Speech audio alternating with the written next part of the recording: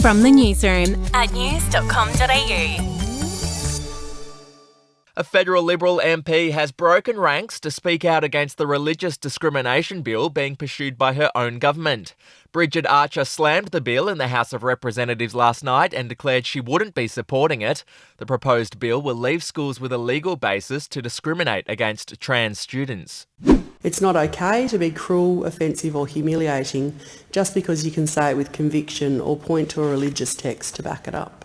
I'm completely gobsmacked that the proposed religious discrimination bill is even being considered.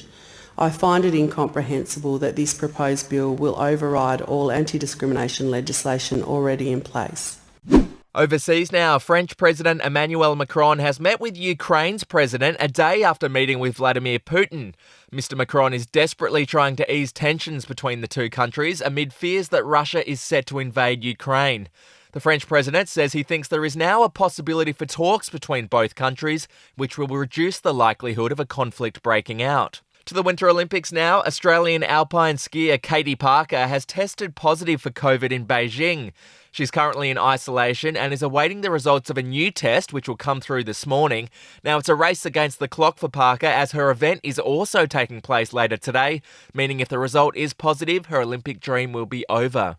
And a little bit more sport for you. There are plans for a new horse race to be held in Sydney on the same day as the Melbourne Cup.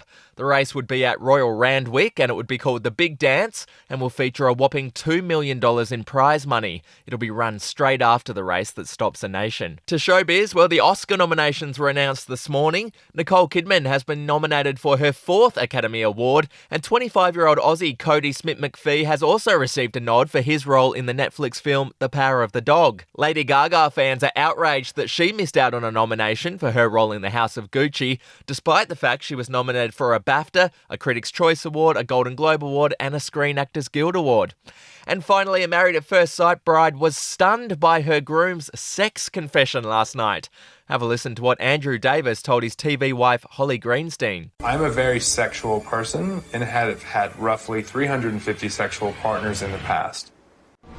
So 350, do you keep a list? Like, how do you mental note? So how do you... I've been single for 7 years of my life, and 52 weeks in a year, sexual partner every year for 7 years, that gives you about 350, 7 times 5. Okay. So that's how I roughly came to that number. Right. Is that one a month or is that one a week? That would be one a week. Well, something tells me she's not going to be too keen to become number 351. Follow or subscribe to From the Newsroom wherever you get your podcasts.